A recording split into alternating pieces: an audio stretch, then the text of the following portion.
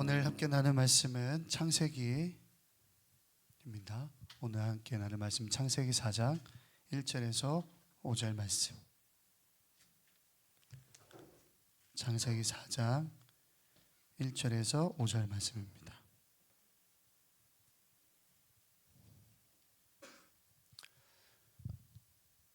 우리 한 절씩 교독할게요. 제가 1절 읽겠습니다. 아담이 그의 아내 하와와 동침하매 하와가 임신하여 가인을 낳고 이르되 내가 여호와로 말미암아 득남하였다 하니라. 또 가인의 아우 아벨을 낳았는데 아벨은 양치는 자였고 가인은 농사하는 자였더라. 세월이 지난 후에 가인은 땅의 소산으로 제물을 삼아 여호와께 드렸고 아벨은 자기 토양의 첫 새끼와 그의 기름으로 드렸더니 여호와께서 아벨과 그의 제물은 받으셨으나. 함께 읽겠습니다.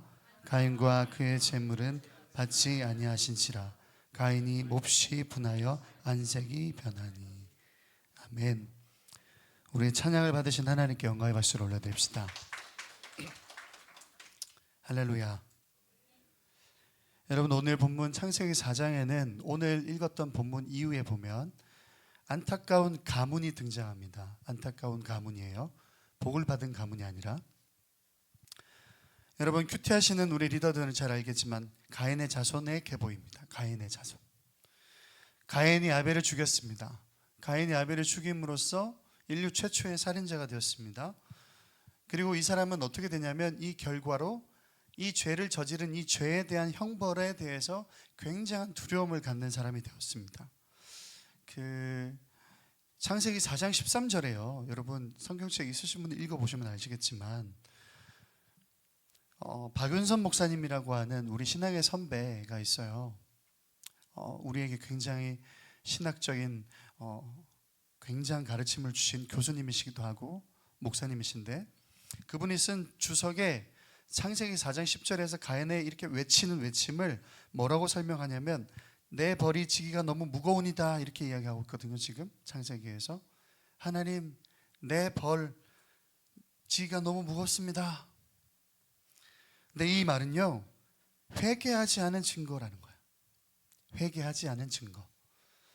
여러분, 내 벌이 너무 무서워요. 하나님, 내가 받을 형벌이 너무 무서워요. 두려워요. 이게 언뜻 보면 자기가 저지른 죄에 대해서 회개하고 잘못했다라고 말하는 것 같지만 지금 뭐가 없어요? 내가 잘못했습니다. 내가 이 죄를 회개합니다. 그리고 피해자에 대한 사과가 없어요. 내가 받는 벌이 너무 무서워요. 내가 앞으로 받을 형벌이 너무 두려워요. 이거죠. 이게 자기가 지은 죄를 아프게 여기지는 않습니다. 받은 벌만 무섭게 생각한다 라고 주석에다 박윤선 박사님께서 적어 놓으셨어요. 죄를 지은 이후에 이 자기 중심적 생각이에요. 여러분 생각해 보세요. 여러분 싸웠어요. 학교 폭력을 통해서 어떤 가해자가 피해자를 때렸어요. 근데 이 가해자가 저 어떻게 되나요? 저 이렇게 죄를 저질렀는데 학교에서 받은 벌은 뭐죠? 학폭이 열리면 어떻게 되죠? 지금 뭐가 없어요? 지금 뭔가 두려워 떨면서 막 자기가 막 여러 가지 말을 내뱉지만 이 가해자에게는 뭐가 없어요? 피해자에 대한 사과와 자기가 저지른 죄에 대한 두려움과 아픔은 없어. 그래서 여러분, 자기 중심적 사고예요. 결국에는 이것도 이기적인 거예요. 자기가 저지른 죄에 대한 그 죄의 무서움과 두려움과 아픔은 전혀 없고 그 죄의 결과로 자기에게 떨어지는 여러 상황이 두려운 거예요. 그래서 가인이 사람을 죽였음에도 불구하고 내가 사람을 죽였다라고 하는 이 죄 때문에 얻게 될 사회적 시선, 너무 무서워요. 저 어떻게 살죠? 제가 이 땅에서 어떻게 살아갈 수 있겠습니까, 하나님? 이라고 하나님께 항변하는 거예요. 그래서 하나님께서 가인에 대한 일말의 은혜를 베푸셔서 가인을 분리시킨 거죠. 지금 여러분, 이 가인이 하나님께 용서를 받았다? 가인이 하나님께 자기 죄를 고백하고 그래도 어느 정도 살 수 있을 만한 어떤 길을 하나님께서 열어주셨다 이렇게 생각하면 안 됩니다. 그런데 여러분, 가인이 이런 선택이 자기에게만 그치지 않습니다. 자기에게만 그치지 않아요. 여러분 가인의 가문에 보면 그의 6대손의 라멕이라고 하는 사람이 등장합니다. 가인 밑으로 6대손. 근데 이 라멕이 사람을 죽여요. 또 죽여요. 17절에 등장하는 가인의 자손의 이름에 5장에 기록된 아담의 계보와의 이름 다른 서술어가 붙습니다. 여러분 20절에 보면, 창세기 4장 20절에 보면 이 가인의 자손들에게는 스킬, 그러니까 문명에 대한 기록이 수식어로 붙어요. 자, 예를 들면 이렇습니다. 제가 여러분을 기억하기를, 여러분 이름을 기억하는 게 아니라, 여기 앞에 조금 전에 찬양 인도했던 그 여자의 노래 굉장히 잘하는 애, 이렇게 기억하는 거죠. 한정희가 아니라, 여러분 만약에 하나님이, 아니 여러분을 사랑하고 여러분에게 어떤 관심을 가져줘야 되는 여러분의 리더십이 여러분을 이렇게 기억하면 어떻습니까?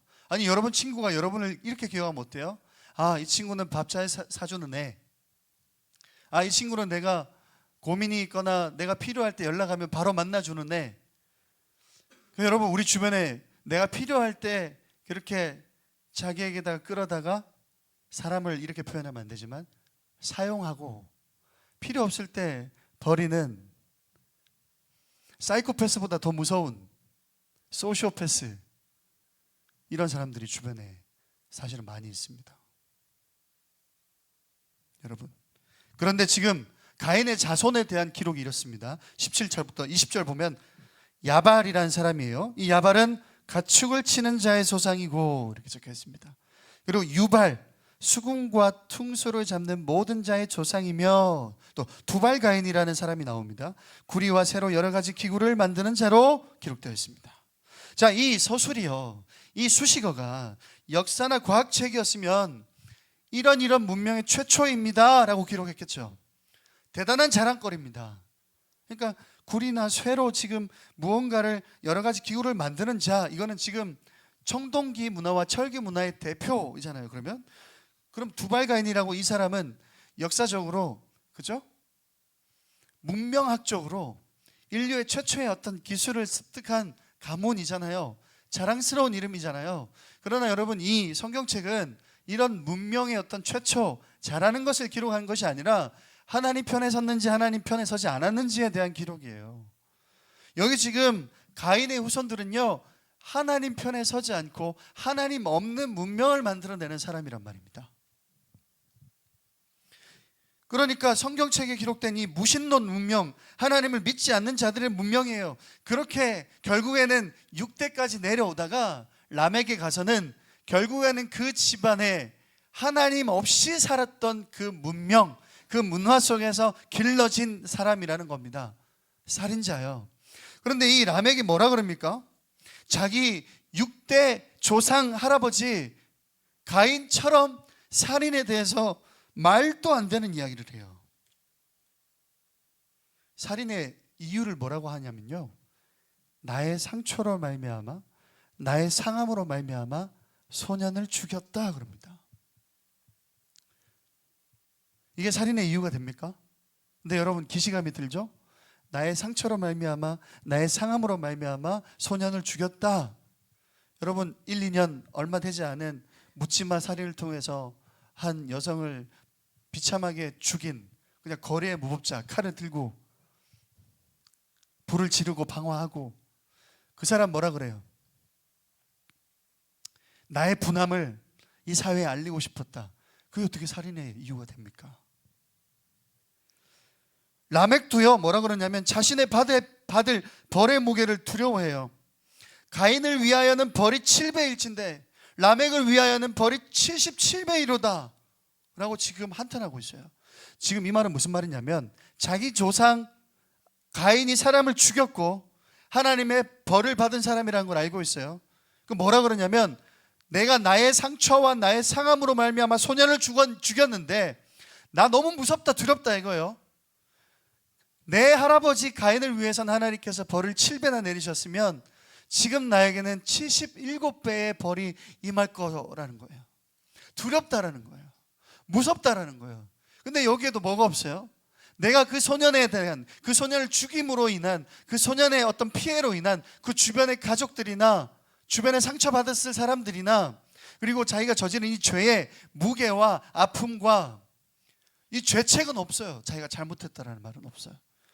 그러니까 내가 수많은 커뮤니티에서 한 공동체 일원으로 살아가고 있는데 그 중에 일원을 내가 죽였으니 내가 마땅히 그 사람들로부터 비난을 받을 수 있겠는데 예상이 되잖아요. 그래서 내가 무섭다는 거예요. 두렵다는 거예요. 여러분 생각해 보세요. 여기 서 있는 이서영 목사가 여러분 앞에서 내가 어떤 지나가는 사람을 무작위로 내가 한 사람을 죽였으면 여러분이 저를 목사로 인정할 수 있겠어요? 사람으로 인정할 수 있겠어요? 그러면 만약에 혹 그 죄를 어떤 형사 어떤 그런 조치를 통해서 구속되고 제가 감옥에 가고 형벌을 받는 그것을 떠나서 제가 여러분 앞에서 제가 지난주에 너무 마음이 상해서 사람을 죽일 수밖에 없었습니다. 여러분 나를 목사로 생각하지 않을지 몰라서 내가 너무 두렵습니다. 무섭습니다. 이런 말만 계속 되뇌이면 이거는 회개가 아니고요. 이건 잘못을 뉘우치는 게 아니에요. 여러분 가끔 가다가 여러분도 혹시 그런 말 할 수 있는데 잘못에 대한 이게 얼마나 큰 죄인지 자기 근원적 반성이 있어야 되는 거예요.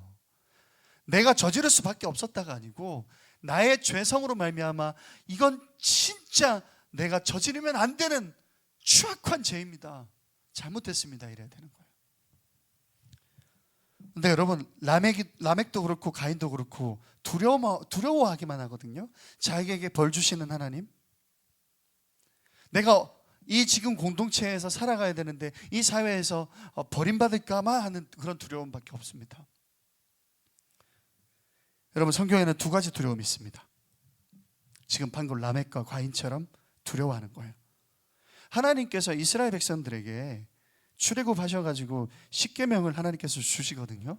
그때 하나님께서 임재하셨을 때 하나님의 그 임재를 이스라엘 백성들이 두려워합니다. 그래서 이 이스라엘 백성들이 모세에게도 부탁하거든요. 하나님께서 우리 앞에 직접 나타나지 않게 해달라는 거예요. 왜? 하나님을 보면 너무 무섭고 두려우니까. 그런데 모세가 하나님의 말씀을 전하면서 뭐라 그러냐면 두려워하지 마라 그래요. 하나님께서 여러분에게 나타난 이유는 여러분이 하나님을 두려워하고 무서워하게 하려고 하시는 게 아니라 하나님을 경외하게 하시려고 한다라는 거예요. 자, 여러분 여기서 두려워하는 거하고 하나님을 경외하는 건 단어가 같은 어원입니다. 같은 두려움이에요. 근데 첫 번째 두려움은 단지 무서운 거예요. 우리에게 벌 주시는 하나님 나타나시면 우리가 그걸 감당할 수 없을 만큼의 위험이 있으시니 그 앞에서는 우리는 두려워 떨 수밖에 없어요. 무서워요. 보기 싫어요. 호감이 아니에요. 하나님이 우리 하나님이신 건 맞지만 하나님이 우리 앞에 나오면 우리는 너무 두려워요. 우리의 죄가 낱낱이 드러날까 봐 두려워요. 그리고 그 죄가 하나님 아버지께서 불을 내리시든지 천둥을 내리시든지 하나님께서 우박을 내리시든지 우리를 멸절하실까 봐 두려워요. 무서워요. 이런 두려움. 그런데 모세가 뭐라 그러냐면 두려워하지 마세요 여러분. 하나님께서 여러분에게 나타나신 이유와 목적은 여러분을 두려워하게 하시려는 게 아니라 하나님의 말씀에 순종하는 여러분이 하나님을 경외하도록 하시려는 거다라는 거예요. 이거는 무섭게 만드시려는 하나님의 윽박지르는 신앙의 형태가 아니라 여러분의 부족하고 모자란 부분을 하나님께서 사랑으로 채우시겠다고 하는 하나님의 사랑의 작정이에요. 하나님께서 나타나셨다라는 거예요. 최근에 여러분 한 달 정도밖에 안 된 무시무시한 범죄가 있었습니다. 파주의 한 부사관이, 여러분도 기사를 통해 보셨겠지만, 파주의 한 부사관 군인으로 복무하는 한 남성이 자기 아내를 죽였습니다. 근데 어떻게 죽였냐면 방치해서 죽였어요. 어떻게 방치했냐면, 여러분 사람의 육체를 이렇게 표현하면 안 되지만, 정말 이렇게 표현하면 안 되지만, 그 아내가 누워있는 침대 그 소파에 육포처럼 말라 비틀어 붙을 때까지 방치했어요. 먹을 걸 주지 않았어요. 폭력을 했어요. 그 상처 치료해 주지 않았어요. 심지어 발견됐을 그 당시에 겨우 숨이 붙어 있었지만 온몸의 구더기가 드글드글했어요. 여러분이 그것이 알고 싶다라든지 기사를 검색하면 그 사진을 똑바로 쳐다볼 수 없을 만큼 잔인하고 끔찍한 형태의 범죄입니다. 그런데 여러분, 범죄 심리 분석가 표창원 씨 아시죠? 그죠? TV에서 많이 보셨죠? 이분이 뭐라 그러냐면 그것이 알고 싶다 해서 인터뷰에서 이렇게 이야기하는 거예요. 배우자의 상태가, 여러분 이 범죄학자들이, 법의학자들이 이 신체, 이 아내, 이 배우자의 신체를 분석해 보니 최소 3개월 이상 이렇게 방치되어 있었다는 거예요. 이제 표창원 씨가 이렇게 이야기합니다. 배우자의 상태가 대단히 심각해지는 어떤 지점부터 분명히 이래서 안 된다라는 것을 알았을 거예요. 깨달았을 테고. 그런데 그때 119에게 신고할, 구조 요청을 할 용기를 갖지 못했던 것으로 보입니다. 그리고 여러분, 단국대 심리학과 임명호 교수님이 이렇게 이야기했습니다. 본인은 책임에 대해서는 가장 잘 알고 있는 군인입니다. 이 책임이 나에게 왔을 경우에 어떠한 문제가 생기는지를 가장 잘 알고 있었기 때문에 이 문제가 세상에 드러나게 되면 나에게 올 수 있는 벌에 대해서 굉장히 걱정을 했을 것입니다 라고 분석을 하는 거예요. 자, 여러분, 이 끔찍한 죄를 저지른 이 군인, 이 부사관, 이 남성이 어떤 지점에서는 자기 아내에게 생긴 이 일이 굉장히 심각한 상태라는 걸 인식했겠죠. 여러분, 이만큼 심각해지기 전 단계라는 건 있었을 거 아니에요, 그죠? 온 육체가 육포처럼 말라 비틀어져서 가죽과 가죽이 붙어있는, 침대와 붙어있는 상태, 구더기가 바글바글한 상태, 거기에다가 수많은 향수와 방향제 같은 걸 써가지고 옆집이라든지 주변에서 전혀 알지 못하게 입막을 하려고 하는 수많은 행위 이전에, 최초의 부부싸움 했을 때, 폭력을 행사하기 전에 그 지점에서 신고를 해야죠. 근데 그 지점에서 왜 신고를 못했다고요? 성경책에 나온 가인과 라멕과 닮지 않았습니까? 내가 이 지점에서 신고를 하면 나는 뭐예요? 공무원이잖아요. 군인이잖아요. 군법에 회부되고 내가 지금까지 쌓아온 직업 무너지고 주변에 사실은 인꼬부부로 소문이 났는데, 그것이 알고 싶다에 보면 이 두 사람이 중고등학교 때 교복 입은 장면부터 나오거든요. 미루어 예상컨대 이 두 사람이 중고등학교 때부터 커플이었다라는 거 아닙니까? 주변 사람들의 평가가 이 두 사람은 결혼했을 때부터 인꼬부부로 소문나 있었다라는 거예요. 항상 붙어 다니는 부부라는 거예요. 그래서 지금 일어난 일이 이해가 안 된다라는 거예요. 이런 압박 속에서 이 군인이 신고하지 않는 거죠. 자기에게 올 비난의 화살이 너무 무서워서. 근데 저는 여러분 오해하지 말고요, 제 이야기를 잘 들어보세요. 제가 이 영상을, 이 그것이 알고 싶다를 보면서 너무너무 무섭고 두려운 건 뭐냐면, 저도 그렇게 아내를 대하고 있더라고요. 저도 그렇게 아내를 대하고 있어요. 목회자입니다. 여러분과 같은 청년들을 지도하는 사람입니다. 뭐 제가 제 아내를 그렇게 폭력을 행사했다 그런 뜻은 절대로 아닙니다. 그런 오해는 안 하시죠? 네, 그런 게 아니고요. 똑같아요. 나는 목회자고, 목회자가 되기 전부터 연애해서 결혼했는데 어쩌면 나의 강요에 의해서 목회자 가족이 되었지 않습니까? 그럼 우리 아내가 받을, 제 배우자가, 아내가 받을 여러 가지 스트레스나 여러 가지 어떤 아픔들이나 여러 가지 어떤 그런 장애물들이 있겠죠? 근데 정말로 그렇게 살더라고요. 제가 보듬어주고 배려하고 사랑하고 함께 의논하고 함께 결정하고, 그게 아니라 똑같이 당신은 왜 목회자의 남편의 어떤 수준에 따라가지 않아? 그리고 방치하는 거죠. 나는 믿음이 있으니까 이런 선택을 하는 거고, 믿음이 없는 당신은 지금 저와 제 아내가 뭐 불같이 다투고 지금 별거하고 그렇다는 상태가 아니라 죄의 특징이에요. 죄의 특징. 죄를 짓는 사람들의 특징, 자기가 저지른 죄에 대한 잘못과 통렬한 회개와 상한 심령은 하나도 없고 지금 이 상태에 대해서 책임지기 싫은 거, 무서운 거, 두려운 거. 무섭고 두렵다고 해서 죄가 해결되는 게 아니에요, 여러분. 많은 사람들이 자신에게 가해질 압박에 대해서 걱정합니다. 범죄자들이요, 자기가 저지른 죄보다 자기가 받을 형벌에 대해서 두려워합니다. 오늘 본문의 라멕이나 그의 조상 가인과 같이 말이에요, 여러분. 죄의 특징. 그런데 여러분, 아까 이야기했던 모세가 이스라엘 백성들에게 하나님을 두려워하지 마십시오, 하나님을 경외하십시오, 하나님을 두려워하는 상태에서 하나님을 경외하는 상태로 바뀌는 건 신약적인 표현으로 거듭난다는 뜻이거든요. 누가 하시는 일이에요? 성령님께서 하시는 일이에요. 성령님께서 하시는 일이에요. 여러분, 우리가 그런 상태라면 반성하세요.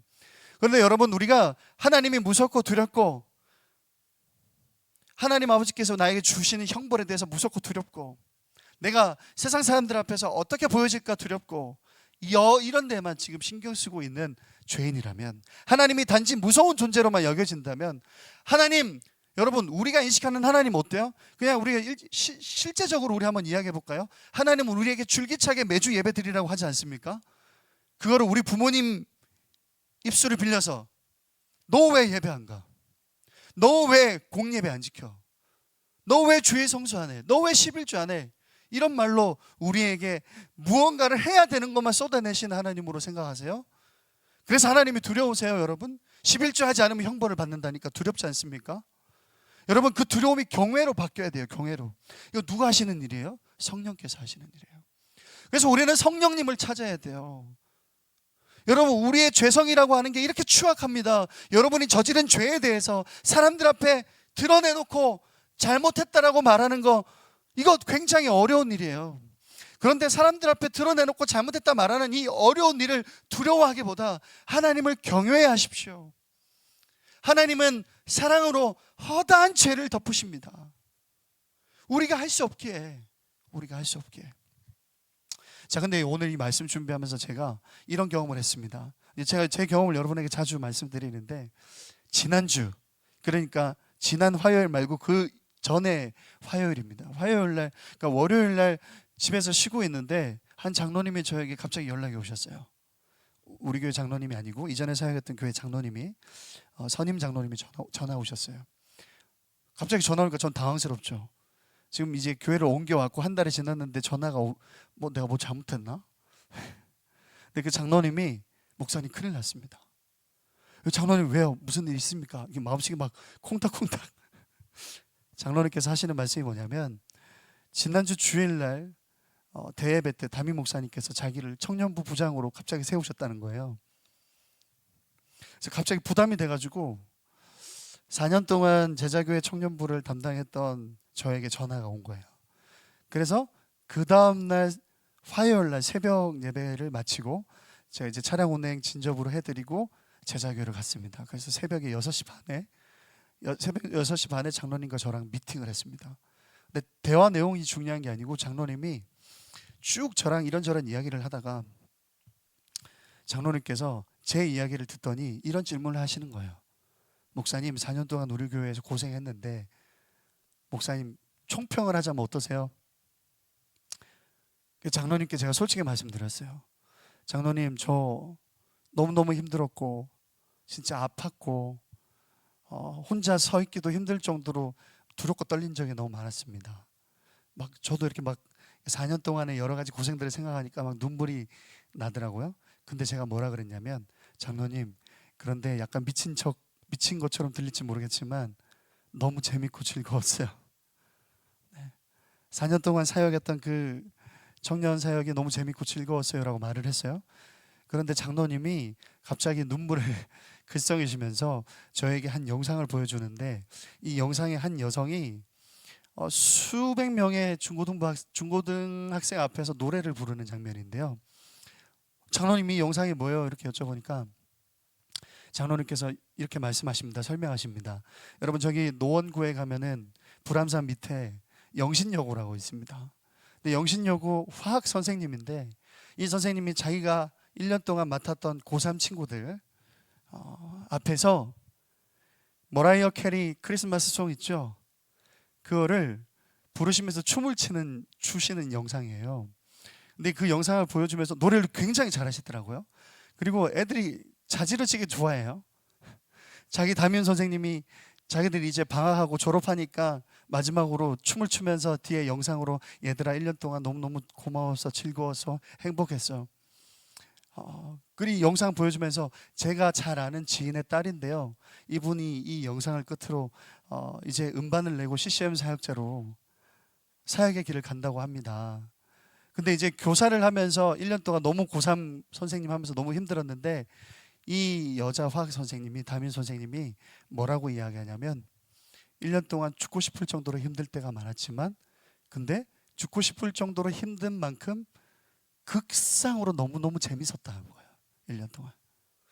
그러면서 애들 앞에서 부끄러움도 서슴지 않고 머라이어 캐리 크리스마스 송으로 노래를 부르면서 춤을 추는 거예요. 근데 이 영상을 보여주면서 장로님이, 목사님, 이 여자 선생님이 기뻐하는 거, 그리고 목사님이 지금 너무너무 재밌다고 한 거, 그리고 한 가지 생각나는 장면이 있는데, 논산훈련소에서 군인들이 신랑 부르면서 즐겁게 뛰어노면서 찬양하는 그 장면 오버랩 됩니다. 좋고 기쁘니까 그 일을 했겠죠. 그러면서 이 장로님이 갑자기 우시는 거예요. 장로님이 그러면서 하신 말이 압권입니다. 이 시대의 청년들이 프레스는 많은데, 이 장면에서 정확히 우신 것 같아요. 청년으로서 가지고 있는 젊음, 열정, 그걸 풀어놔야 되는데, 첫째, 프레스하는 어른들이 방향을 알려주지 않는다. 둘째, 어디에다 그거를 풀어야 될지 모르게 막고 있다는 거예요. 여러분, 두 가지입니다. 첫 번째, 우리 세상에 주는 수많은 억압들 속에서 우리는 이 사회 속에서 훈련되어지고 습득되어진 것 중에 하나가 뭐냐면, 사람들 앞에 잘못했다 잘 안 해요. 그렇기 때문에 하나님 앞에 나아가서 내가 내 죄를 회개하지 않아요. 여러분, 지난 한 주간 하나님께 무엇을 회개했습니까? 여러분, 상하고 통해하는 심령이 예배라고 하나님께서 말씀하시는데, 여러분 진짜 그런 예배를 드리고 있습니까? 라고 질문하면, 여러분 정말 거기에 그 정답에 가까이 갈 수 있는 대답할 수 있습니까? 우리는 못해요. 그리고 이 사회도 자기 중심적인 사회, 자기가 중심이다라고 강요하는 사회, 내가 잘났다, 내가 잘 되는 것, 나의 위로, 힐링, 워라벨, 이런 것만 이야기하기 때문에 내가 하나님 앞에 저지른 죄에 대해서 날마다 회개하고 자기를 쳐서 복종시켜서 내가 죄인 중에 괴수라고 하는 사도 바울의 그 고백이 굉장히 무색하게 만드는 사회라고요. 그런데 여러분, 거기다 더해서 이 사회는, 특별히 한국 사회는 우리가 우리의 속 이야기를 솔직하게 어딘가에 이야기하기 쉽지 않게 만드는, 억압하는 그런 어떤 시스템적인 프레스가 있는 사회입니다. 그래서요, 여러분, 우리가 회개하지 않는 게 정당화되진 않습니다. 우리가 상하고 통해한 심령으로 가지 않는 게 정당화되진 않습니다. 그래서 제일 마지막에 제가 여러분에게 이야기한 장로님과의 대화 속에서 이 사역이 너무 즐겁고 기쁘다라고 말하는 그 여자 화학 선생님과 같이 저도 마찬가지로 저는 그것을 도와주는 사람이 되고 싶어요. 저는 다시 아플 준비, 다시 걱정하고 염려할 준비. 제가 한 가지만 더 고백하자면, 여러분의 부모님만 보면 저는 부모님의 얼굴을 제대로 쳐다볼 수가 없어요. 무서워요. 피하고 싶어요. 청년부 예배 나오지 않는 청년들의 부모님, 중직자, 권사님들, 장로님들, 안수집사님들 많잖아요. 얼굴 볼 때마다 무섭고 두려워요. 부끄러워요. 그 아픔을 안고 가고 싶어요. 그리고 굉장히 미친 것처럼 보이지만 그게 너무 행복해요. 그 부담이. 여러분, 이건 성령께서 하시는 거야. 성령께서. 여러분이 하나님을 두려워하는 존재가 아니라, 하나님을 귀찮게 여기는 존재가 아니라 프레스로 여기지 말란 말이에요. 여러분, 헌금 강요가 아니고요, 예배 강요가 아니에요. 그렇게 보이는 것처럼 보이지만 그게 아니라고요. 여러분, 강요가 아니라 자원하여 드리는 예배로 바뀌십시오. 매주 예배 드리는 공예배 주의 성수가 하나님께서 우리를 프레스하고 압박하는 게 아니고요, 하나님께서 우리를 사랑하시는 하나님의 배려와 하나님의 사랑의 덮음, 허다한 죄를 용서하시기 위해서 우리에게 보여주시는 사랑의 음성이라는 것을 깨닫기 위해서 성령님이 필요해요. 그래서 여러분은 기도해야 돼요. 성령님 도와주세요. 예배하라 그러는데 도저히 예배가 안 됩니다. 기도하라 그러는데 도저히 기도가 안 됩니다. 여러분, 이제 20살 돼서 신입생 여러분, 중고등부에서 청년부 갑자기 올라오니까 너무 딥해지죠. 앞에서 뜨겁게 찬양하고 방방 뛰는 것으로 예배를 우리가 드렸다 하지 않아요. 여러분, 우리는 진짜 성령께서 우리의 인생을 어떻게 바꿔가는지 우리는 주목해야 돼요. 성령님은요, 무서운 하나님을 사랑스러운 아버지로 바꾸십니다. 여러분, 하나님 아버지를 떠났던 탕자가 아버지께로 돌아갈 때 어떤 결심을 하는지 아세요? 아버지 집으로 돌아갈 명분이 없으니까 아버지 집에 가서 돼지를 치는 종으로 삼아주세요 하고 결단해서 집으로 돌아가기로 결정한 거예요.